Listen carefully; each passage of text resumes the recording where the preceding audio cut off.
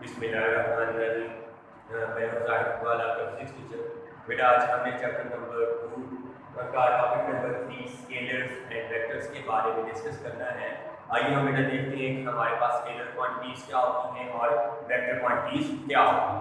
बेटा सबसे पहले देखते हैं हमें क्वांटिटीज़ के बारे में पूछा जाए तो बेटा इन चीज़ों को डिस्कस करने से पहले हमें एक टर्म्स का पता होना चाहिए। वो टर्म कौन सी है? वो टर्म हमारे पास बेटा फिजिकल क्वांटिटी है। वो कौन सी है बेटा? फिजिकल क्वांटिटीज है। अगर हमें फिजिकल क्वांटिटीज का पता होगा तो हम वेक्टर्स और स्केलर्स के अंदर डिफरेंशिएशन इजीली कर सकते हैं। अब बेटा हमारे पास फिजिकल क्वांटिटीज क्या होती है? द क्वांटिटीज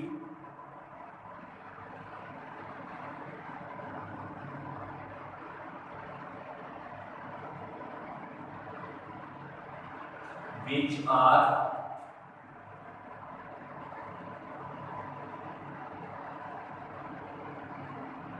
completely observed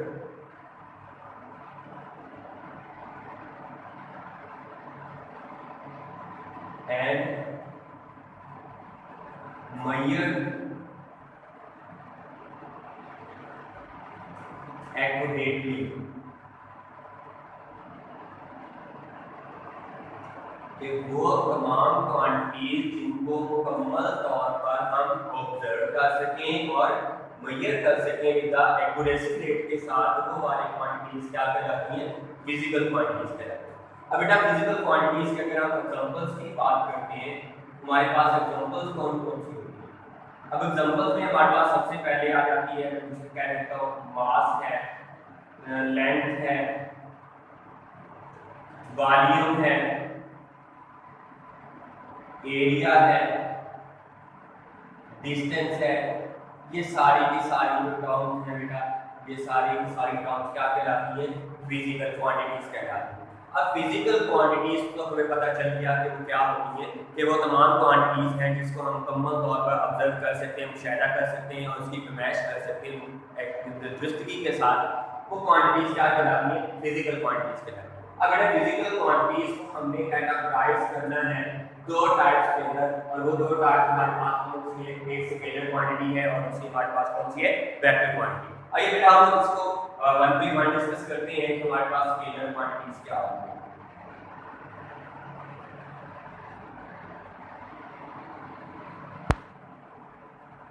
क्या होती है बेटा scalar quantities? The physical quantities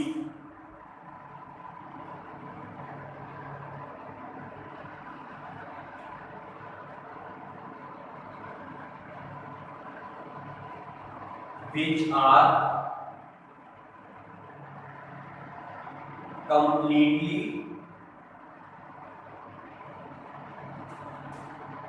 described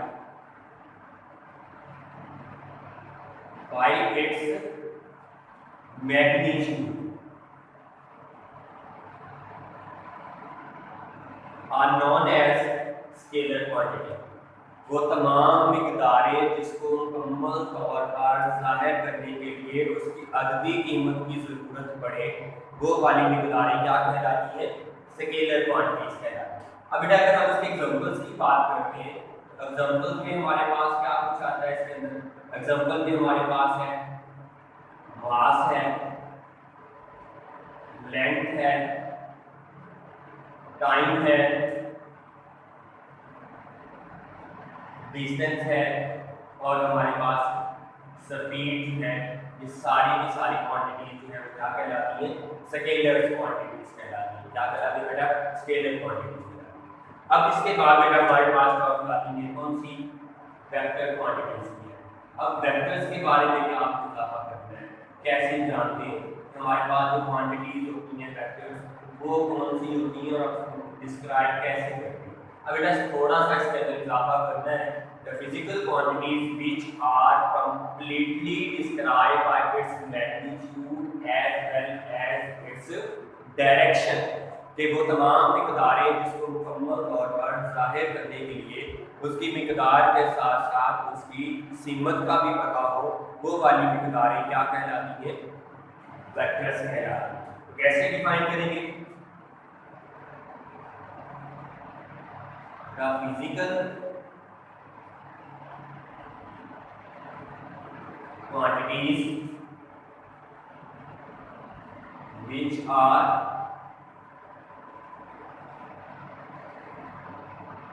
completely described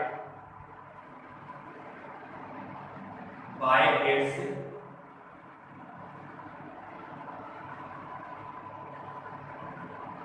magnitude as well as its direction, कि वो तमाम मिक़दारें जिसको मुकम्मल तौर पर जाहिर करने के लिए उसकी मैग्नीट्यूड और उसकी डायरेक्शन की जरूरत पड़े, वो क्या कहलाती है?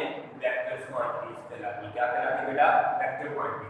अब अगर हम इसके एग्जांपल्स की बात करते हैं तो इसके अंदर हमारे पास एग्जांपल्स कौन सी आती है? बेटा हमारे पास है फोर्स, डिस्प्लेसमेंट, इसके बाद हमारे पास है मोमेंटम है, और हमारे पास वेलोसिटी ऑफ ए बॉडी है। ये सारी की सारी टर्म्स हैं, वो कौन सी क्वांटिटीज है बेटा? वेक्टर्स क्वांटिटीज होती है। क्या होती है बेटा? वेक्टर्स क्वांटिटीज होती है। अब बेटा अगर हम बात करते हैं कि वेक्टर को रिप्रेजेंट कैसे करना होता है, वेक्टर को रिप्रेजेंट करने के लिए हमारे पास तरीके होते हैं। रिप्रेजेंटेशन ऑफ ए वेक्टर,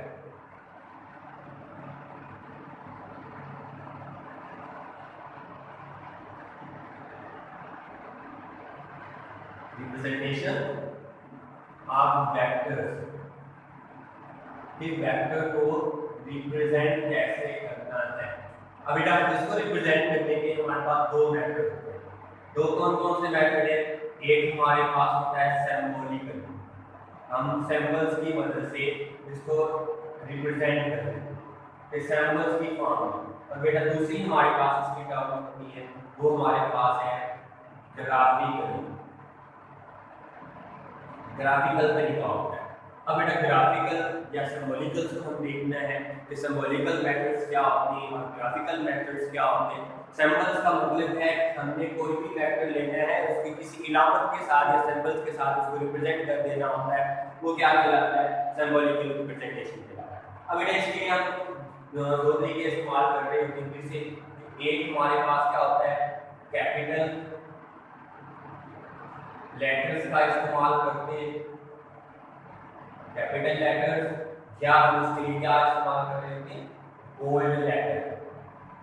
क्या इस्तेमाल कर रहे होते बेटा? बोल्ड लेटर्स का इस्तेमाल करते हैं।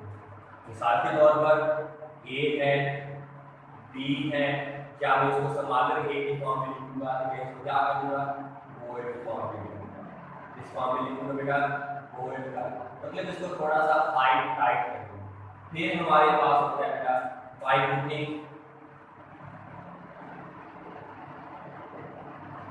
N arrow head, an arrow above or below the letter, letter के ऊपर या नीचे एरो हेड पुट करके हम क्या रिप्रेजेंट कर सकते हैं? उसका सिंबॉलिकल रिप्रेजेंटेशन इस्तेमाल कर रहे हैं। मिसाल के तौर पर हमारे पास कोई ए लेटर है, उसके ऊपर ए पुट कर देता हूँ, बी लेटर लिया उसके नीचे एरो हेड है, ये हमारे पास अगर बोल्ड लेटर से लिया उसके ऊपर भी हम क्या कर सकते हैं? ए का बार लगा लेते हैं या इसको वेक्टर फॉर्म में रिप्रेजेंट कर रहे हैं। ये वाली हमारे पास रिप्रेजेंटेशन जो होती है कौन सी होती है? Symbolical representation. उसके लिए कैपिटल लेटर्स इस्तेमाल करते हैं या बोल्ड लेटर्स का इस्तेमाल करते हैं। उन बोल्ड लेटर्स के ऊपर या नीचे हम क्या कर रहे होते हैं? एरो हेड या एरो का निशान लगा के उसको डिफरेंशिएट कर देते हैं, स्केलर्स में अलग होता है। फिर बेटा हमारे पास होता है ग्राफिकल रिप्रेजेंटेशन। इसके लिए हम यूज करते हैं a straight line,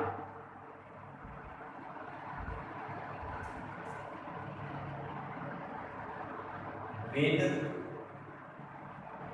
an arrowhead,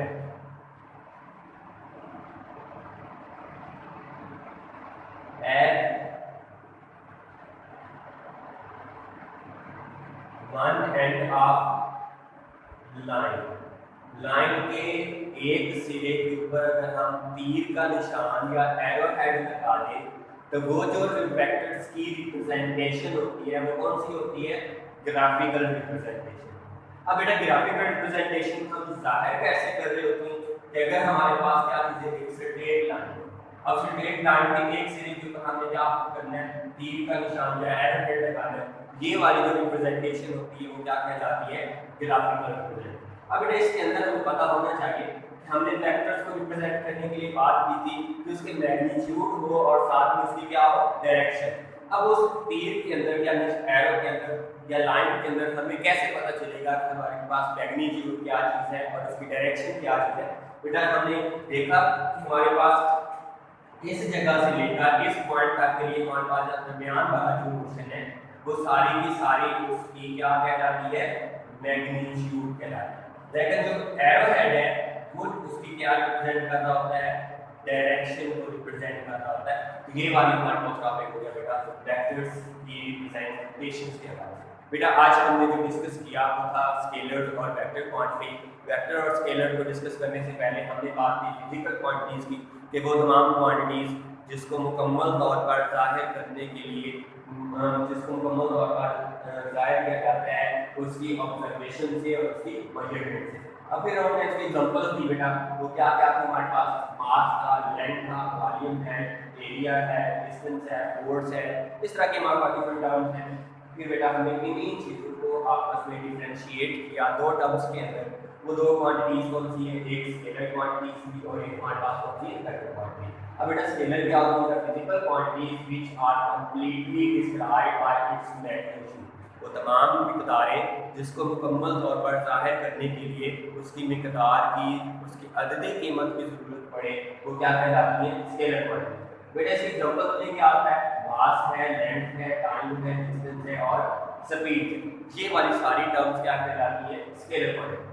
फिर हमें आपने बात की वेक्टर क्वांटिटीज की। वेक्टर क्वांटिटीज क्या होती है? Physical quantities which are completely described by its magnitude as well as its direction. क्या इजाफा कर रहे हैं? उसके साथ मैग्नीट्यूड थी, मैग्नीट्यूड के साथ एक वर्ड का इजाफा किया तो हमारे पास क्वांटिटीज चेंज होगी। और कौन सी क्वांटिटीज है? वेक्टर क्वांटिटीज है। बेटा हमारे पास कौन सी सिंबल्स है? फोर्स है, डिस्प्लेसमेंट है, मोमेंटम है एंड वेलोसिटी।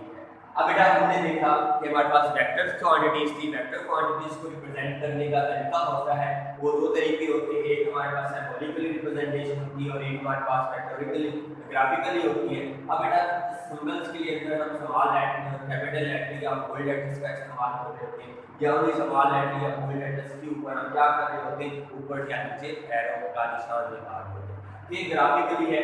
इसके लिए हम एक स्ट्रेट लाइन का इस्तेमाल करते हैं with and arrow head at one and half line. उस लाइन के किसी एक सिरे के ऊपर तीर का निशान लगा के हम उसकी डायरेक्शन को क्या कर रहे होते हैं? रिप्रेजेंट कर रहे होते हैं। ठीक है बेटा, ओके, अल्लाह हाफिज़।